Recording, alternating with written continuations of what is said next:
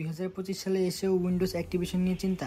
চলুন দেখে নিই অল্প কিছু স্টেপের মাধ্যমে কিভাবে আপনি আপনার উইন্ডোজ 10 অথবা 11 ডিজিটাল লাইসেন্সের মাধ্যমে খুব সহজেই অ্যাক্টিভেট করতে পারবেন। এখানে একটি জিপ ফাইল দেওয়া আছে যেটি একটি পাসওয়ার্ড দিয়ে লক করা। এটিকে আনজিপ করার জন্য আপনার 7-zip অথবা উইন্ডোজ সফটওয়্যারের প্রয়োজন হবে, যেটি আমি ফাইলের ভিতরে দিয়ে দিব, অথবা আপনি চাইলে গুগল ক্রোম থেকে ডাউনলোড করে নিতে পারবেন।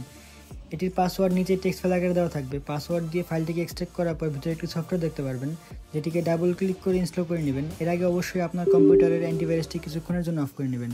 সফটওয়্যারটি ইনস্টল হয়ে গেলে এখানে উইন্ডোজ অ্যান্ড অফিস লেখা দেখতে পারবেন। এটিতে ক্লিক করলে কিছুক্ষণের মধ্যে আপনার কম্পিউটার কমান্ড প্রম্পটে একটি ছোট টুল রান হবে এবং এখানে 1 নম্বরেই আপনি উইন্ডোজ লেখা দেখতে পারবেন। আপনার কিবোর্ড থেকে 1 প্রেস করবেন। কিছুক্ষণের মধ্যে আপনার কম্পিউটারে অটোমেটিক উইন্ডোজ অ্যাক্টিভ হয়ে যাবে।